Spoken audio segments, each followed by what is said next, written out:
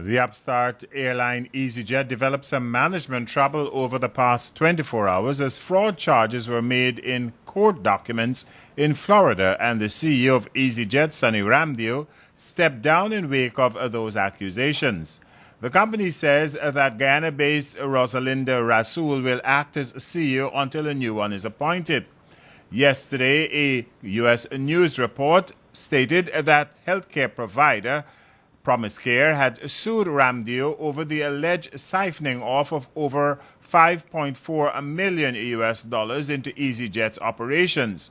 In court documents filed in Florida, the company claimed that Ramdio, in his capacity as payroll executive, took money that was intended to pay the healthcare provider's staff and allegedly funded and bankrolled the upstart airline. Ever since EZjet took off, flying between Guyana and the U.S. in the first instance, questions were raised by persons knowledgeable in the aviation sector that the funders behind the airline had to have had deep pockets. The initial financial outlay appeared to be very high for the type of aircraft being used on the route. In addition, knowledgeable aviation sources said that the fares and incentives being offered, like extra baggage allowance, meant that the airline would take a while to break even. Ramdio, to counter the claims that the airline was not a viable operation in the long term, flew in an advisory team and insisted that he was funding the operation out of his investments and the team knew what they were about.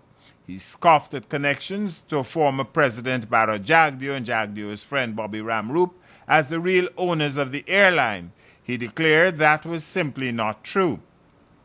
EZjet managed to maintain a number of flights between Guyana and New York since last December and expanded to flights to Toronto and Port of Spain.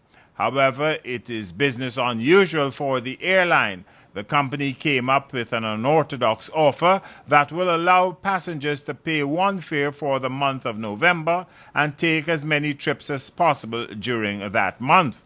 The month pass fare requires every time the passenger flies for the passenger to pay taxes on whatever base fare the company decides it will use. The announcement of the One Pass was made the same day that Ramdio was accused of embezzling funds from his former employers.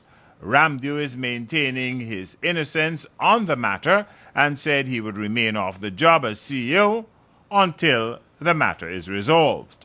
For Capital News, Enrico Wolford reporting.